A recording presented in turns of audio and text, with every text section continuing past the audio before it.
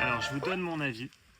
Pour moi, tout dépend de votre priorité. Si votre priorité, c'est de vous mettre au downwind ou de surfer la houle sans rien dans les mains, la grande innovation de la Parawing, alors c'est la Powerpack.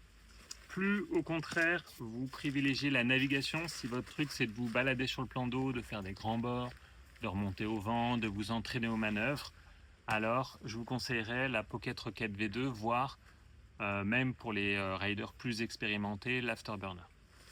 Alors je vous explique pourquoi je pense ça. Ça tient surtout au profil, principalement.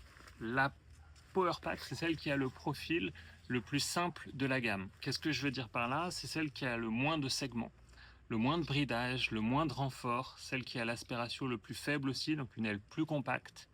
Ça donne une aile qui est la plus facile à paquer de la gamme et surtout qui se relance aussi plus facilement et plus rapidement, qui se rouvre plus rapidement quand vous la relancez. La Pocket Rocket V2, à l'inverse, elle a un petit peu plus d'aspect ratio, même si on est sur quelque chose de plus compact que la V1.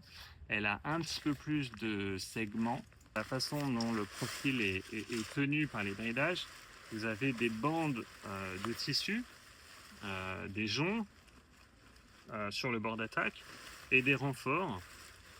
Ici, les ribs que vous voyez en blanc, tout ça, il y en a un petit peu plus. Sur la Pocket Rocket V2, ça donne un profil qui est mieux maîtrisé, donc une qualité de nav un peu supérieure par rapport à la Powerpack. Ces deux ailes, elles sont parfaites pour débuter. Je les conseille toutes les deux. Vous avez sur toutes les tailles des lignes qui se packent en une seule brassée, donc qui sont suffisamment courtes.